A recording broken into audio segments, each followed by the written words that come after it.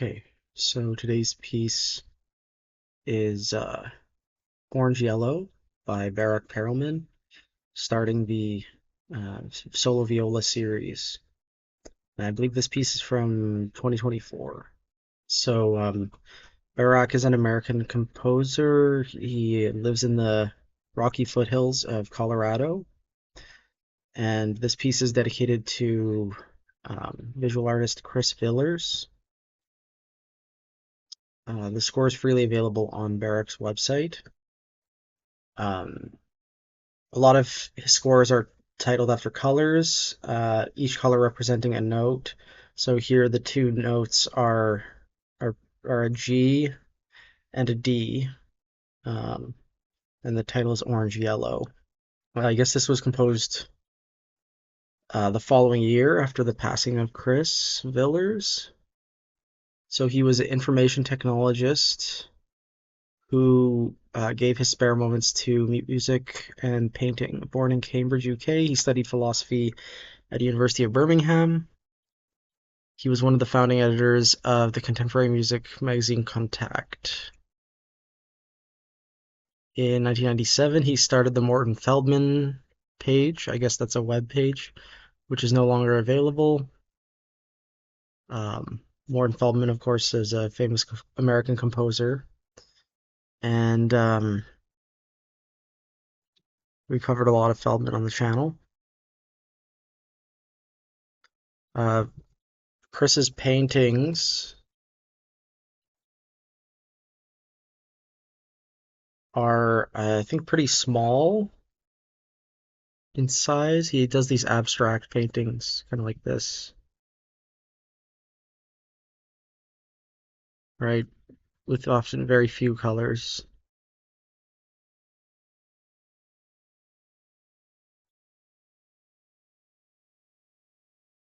Here's a set of 4 paintings. Um, and he had a set of yellow paintings which were dedicated to Barak Parelman. I think it's on Barak's website.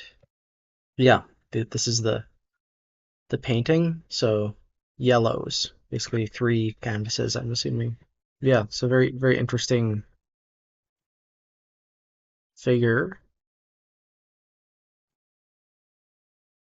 I encourage you to browse these. Now, yeah, this piece is for solo viola. I think it's the first Barak Parelman piece I discovered. Probably in 2024 is when I discovered it. And yeah, if you're not familiar with Barak's work, we already covered him on the channel. We did a solo bass piece. Um, and yeah, I guess I will just refer you to that episode if you want to hear more of this stuff. Link to a recording of this is in the video description. I encourage you to listen to it. And the rest of the video, I'll just be giving my thoughts on this performance and this piece for what it's worth. Yeah, so this one was very different from the um, bass one. Just from what I can remember, the bass piece had 3 notes, so there's a little bit more dimensionality. This one just has 2. And the third element is like as you alternate between these 2 notes, you can repeat a note twice or not, right? And just play it for a long time.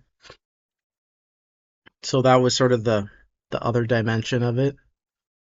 Not a lot for the performer to work with, right? But I think this performer took a lot of liberties to shape the piece, try and give it a climax. Even like from the second line forward, it got much louder, and there were more liberties taken with how fast the line could go by. I think the first couple of lines, there's more single notes, more long tones, and then you introduce more repeated note things as the piece goes on. Like, yeah, I thought it was very powerful, completely different character from the bass piece, especially because the tone of the viola is so different. I think this performer took some liberties to play with doing open strings or fingered notes. At some point, they started adding vibrato into the performance. So it was Caroline or Carolyn Chin performed this.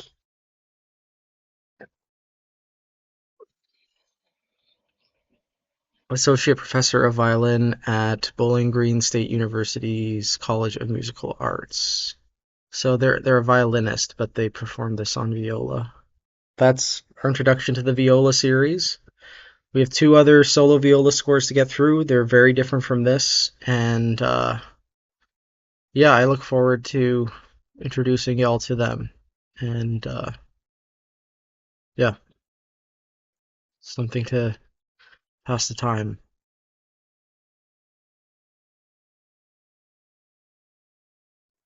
Okay, so today is very exciting. It's our first Julio Estrada episode on his piece Yuunohui'ome for viola, which was written in 1990. So this is the handwritten score I have. There's some front matter, which I believe is, oh, it's in English, so yeah, we can get into that pretty rather deeply. And then if you look at the score itself, it says for uh, I'm assuming this is Lolita Estrada, or maybe it's a slightly different name. Printing is hard to read. Um, Mi Madre, so his mother. And you can see the score itself. You have a mix of regular staves and then added staves. So this top one we have molto sul tasto to SP. So this is clearly a staff for bow position along the string. Then you have this other staff underneath, which I think is indicating um, articulations. So maybe not bow changes, but like just like accents. Could also be accents with the left hand, but I guess we'll have to check the program notes. And then you have regular staves, which of course notate pitches. You might use one for each string. Like maybe this is all on the fourth string, and then this is the third string. Um, and that seems to be about it. Yeah, dynamics obviously underneath. So yeah, I was right. It's the bow rhythm, pitch, and okay, he also has this split up, so you don't just have bow position, but also bow rotation is on the top line.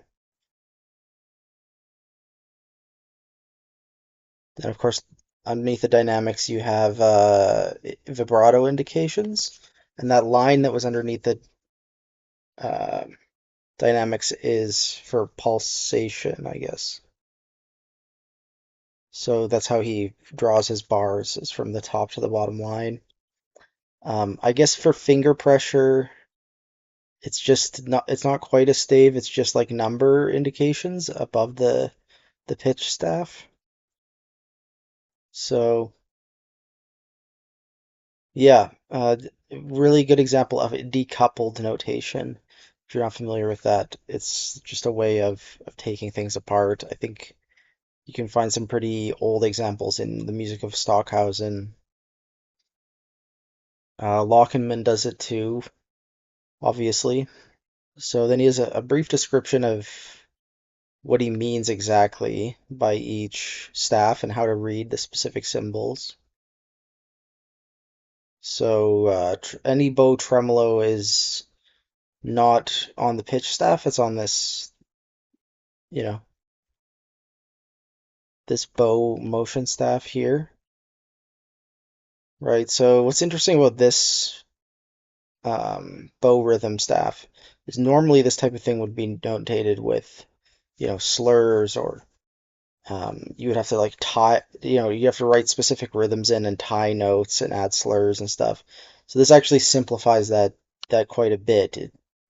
On the page, it's just separate from the rhythms that the pitches are making, right? It's kind of like the rhythm of your left hand and the rhythm of your right hand are two separate things. There's some quarter tone accidentals, so uh, he has these symbols for quarter tone raised and lowered, I guess. And then these symbols are used for three-quarter tone. So what is this? This is like a natural raised or lowered, and then a sharp, quarter tone flat. Then you have three-quarter tone nat sharp and three-quarter tone flat. I'm not sure what this third one is. Then there's third tone symbol. So, and then it's two third tone symbol. So I'm assuming these are just raised. And then sixth tone symbols and fifth tone symbols. So the way you can look at them is like this. They're all just written like ordinary accidentals. And then a chromatic scale with all the microtones filled in would look something like this. So you have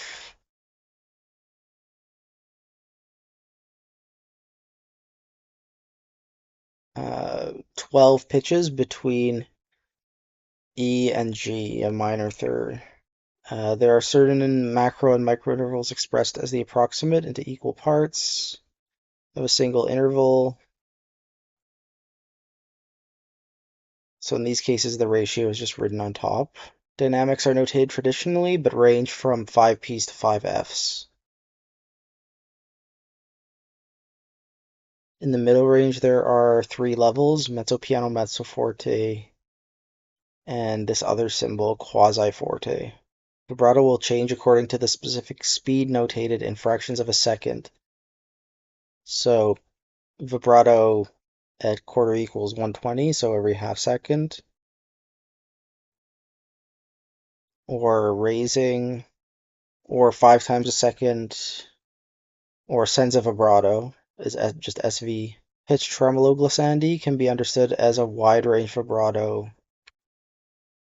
produced at a specific speed. So this is also indicated underneath with tremolo symbols, right? The stuff on top, that is bow rhythm stuff. So this is like a bow tremolo, and this is a vibrato type tremolo. Pulse is a constant reference to chronometric time only. Metric interpretation of a pulse must be omitted, I guess. Yeah, so don't think of the bar lines like downbeats or offbeats or anything like that. The pulse is just there to tell you how time is progressing. Here is just sort of an inventory of signs, and then you get into the score. It's actually kind of cool to see a window into the composer's mind. I think these are really clear program notes, or sorry, performance notes. I like them. Okay, so who is Julio Estrada? His name has come up talking about other Mexican composers on the channel as a teacher. So he was born in 1943. He's an older generation of 20th century Mexican composers. He was also a theoretician, historian, and pedagogue, and music interpreter. Keep in mind, I'm just reading this on the spot. Studied with Julian Orbon in Mexico, then went to Paris to study with Nadia Boulanger and Olivier Messiaen. He also attended courses and lectures of Ioannis Xenakis. He worked with Karl-Heinz Stockhausen in 1968, with Georges Ligeti in 1972, and finally completed his PhD in musicology in 1994. At the National Autonomous University of Mexico, he was appointed of the chair of a project on Mexican music history. He's the first music scholar to be honored as member of the Science Academy of Mexico. This may be relevant to the piece we're looking at. In the field of continuum, Estrada has developed new methods of multi-dimensional graphic representation of different components of sound: pitch dynamics, color, rhythm, and three-dimensional physical space. His first research on that was published in 1998 in Darmstadt. The techniques and theories I've developed are based on mathematics and acoustics, The more neutral they remain, the better they serve the description of the imaginary. It is my ear, there is everything allowed, that gives birth to my music, which becomes the accurate, almost phonographic representation of every detail coming from my inner hearing experiences. Okay, with that being said, let's have a listen to this. Link to the recording is in the video description. And yeah, I look forward to uh, getting to know the score a bit. And yeah, the remainder of the video will just be my brief opinions on the piece, and yeah, I'll try to latch onto something to talk about. Okay, yes, this is a really interesting piece. This was pretty much a one-to-one correspondence with the score. If there were any differences, I wasn't able to pick them out on a first listen. So yeah, it's all solo viola. I really like the form. It's kind of split up into these little miniatures and broken up by these silences. And each little section like explores some new sound or some new way of using this notation system. So for example, like this one, the dynamics are going crazy and you have to try your best to keep up. There's this one with the harmonics, artificial harmonics for the most part, which starts high. That's interesting, you know. There's a couple towards the beginning where you have like almost unisons on two strings for like a really long time. Um, yeah, it's all kind of interesting once you get into it. Yeah, so each section is just labeled S. So there's S2 and then S3 here,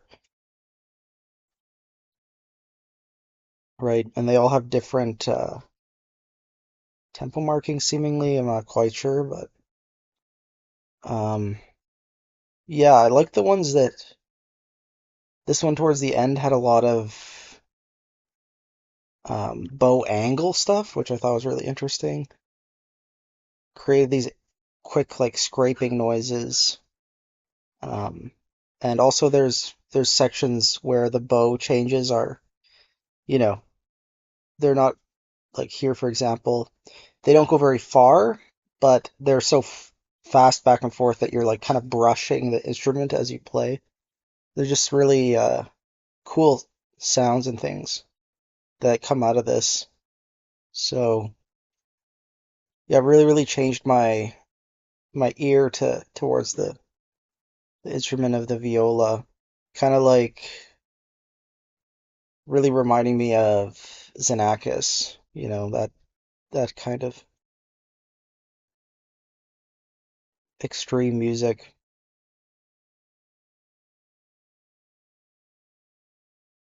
So today we're looking at one of the most famous solo viola pieces ever, Prologue by Gerard Grisey. And you can see it's on quite large paper in landscape. At the end of my PDF here, I have the performance notes in Italian, French, English, and German in 4 columns. So yeah, this is not our first Gerard Grisey episode. We've done a number of them, but it's been a long time. I encourage you to go to these episodes if you'd like to um, explore more of Grisey's music, and also this episode if you want more of the composer's biography, stuff like that. He's like the father of French spectralism, which was a um, contemporary music movement in the late 1970s, early 1980s. So, yeah, this piece is like part of his larger cycle called Les Espaces Acoustiques, which goes from the smallest, the smallest instrumentation you can think of, to like a grand orchestra. So this is the first movement, that's why it's for one player. And interesting that the composer decided to choose the viola as the solo instrument. A lot has been said about that, like, for example, the viola's tone is more akin to electronic instruments. So that takes a little bit of explaining. Um, if you don't know, the viola, because it has to be held upright, is not the body of the instrument is not actually big enough for the lowest notes of the instrument. So that low C, if you wanted to project that with the same tone quality as a violin, you'd need a much larger instrument. So that's sort of the characteristic sound of the viola, which, from the perspective of someone looking at spectrograms of different instruments, the viola has a very weak fundamental, and accordingly, the upper partials of those low notes are more prominent, just because the fundamental's weaker. And I'm talking about the low register of the instrument here. So a big feature of this piece is this low B, which is the low C string tuned down a semitone. And then all the notes on top of it are partials of a harmonic series. But what's interesting is that B is not the fundamental. The fundamental is actually an E. So this is like the third partial, which is the floor of this like little um, exploration, you could say. So yeah, a lot of interesting things in the notation. I probably shouldn't wax on too much, but it kind of has this trajectory of getting more and more inharmonic,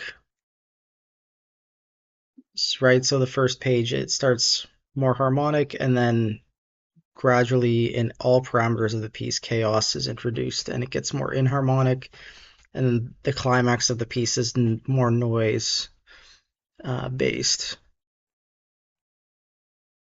And it's quite long, actually. So it really takes its time and has a very slow pacing. So yeah, looking at it might interest you to know the performance notes from the composer. So differentiate clearly between breath marks and fermatas.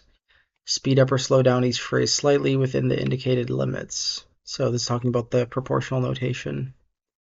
Um, Articulate well the crescendos and decrescendos in order to avoid rhythmic monotony. And then there's like this quarter note with a tenuto.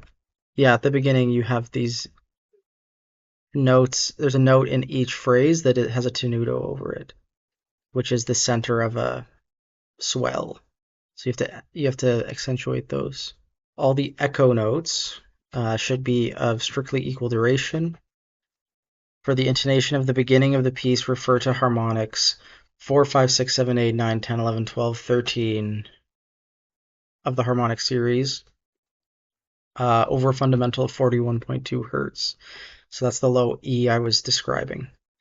The note A quarter tone sharp should be thought of as a lowered A sharp and not as a raised A. That's because that's the 13th partial, I believe. Or no, that's the 11th partial. Yeah.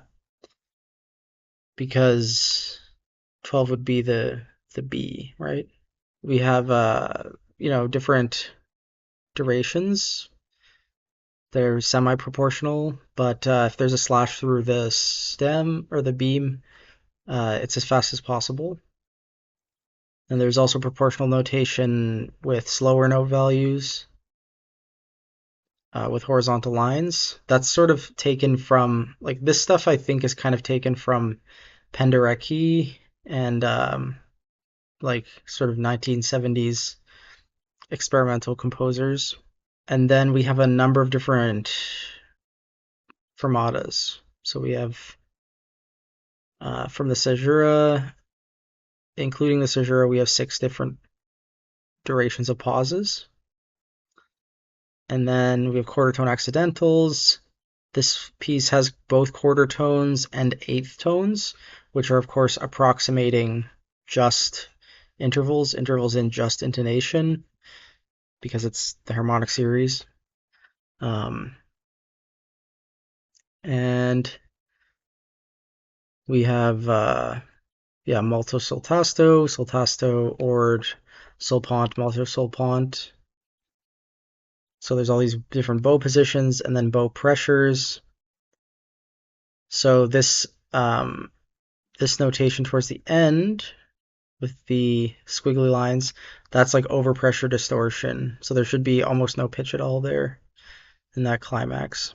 Yeah, it's very interesting. I think also the original version of the piece called for um, like resonating strings on the instrument as well,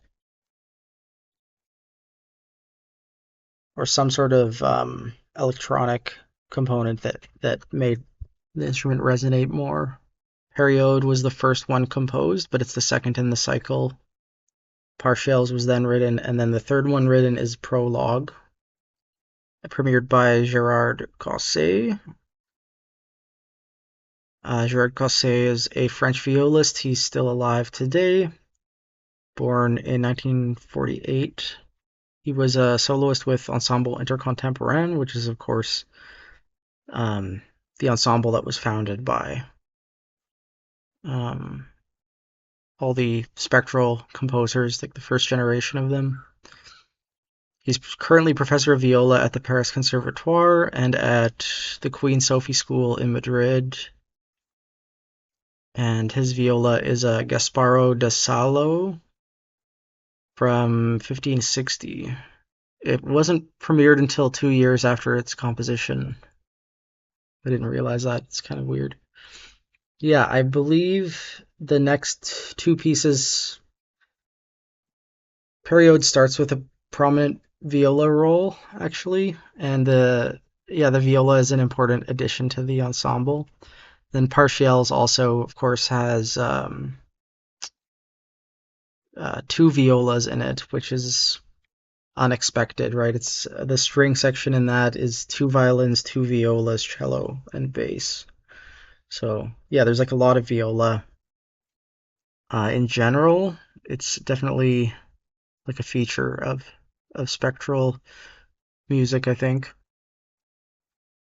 They like their, you know, violas and horns and clarinets. Okay,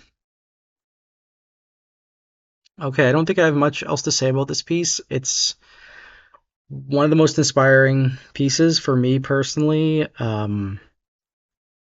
I discovered it during my master's, and then I think I wrote about it I know I wrote about it in my dissertation when I did my doctorate, and I could probably study it in more detail, but it's very inspiring nonetheless. So I hope if it's your first time that this really opens your ears. After the post listen today, I'm also going to talk about my thoughts on the three viola pieces we listened to over the past little while. And I will also figure out what the next genre is that we'll tackle on the channel after that. So, yeah. Okay.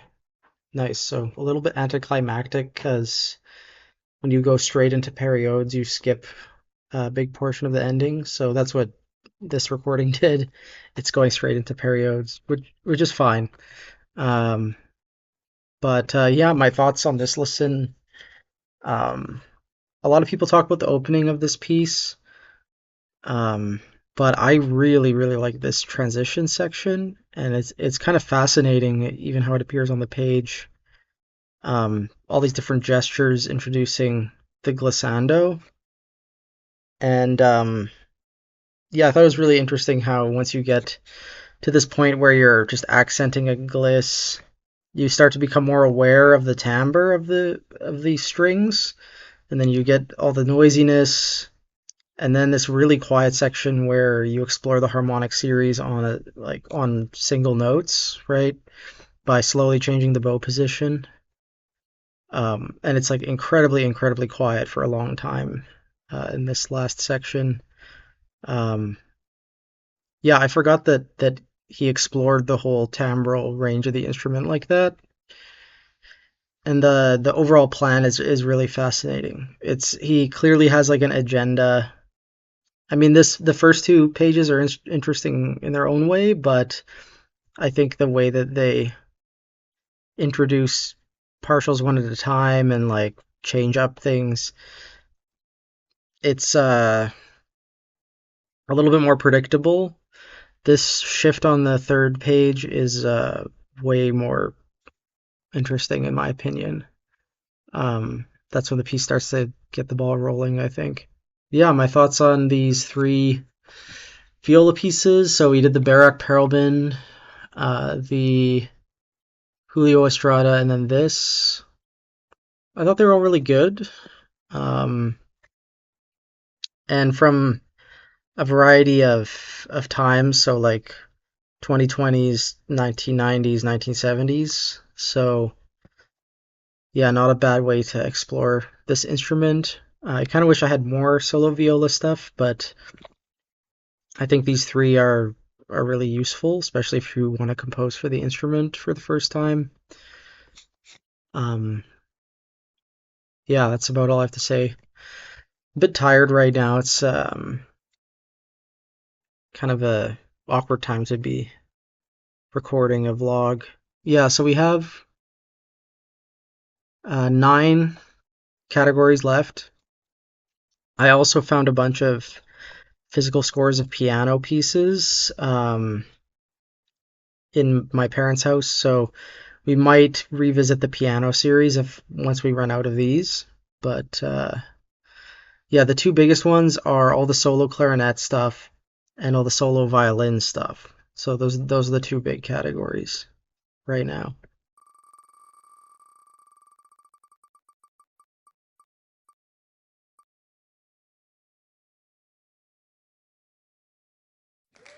Okay, wind band, not to be confused with concert band.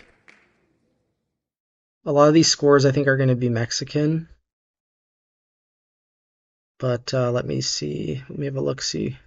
Yeah, I have no idea if these things have recordings, but if at least one of them does, I can do it. So I think that's the plan. I also have these, the Schoenberg and the Hindemith. So yeah, that'll be up next. Sure.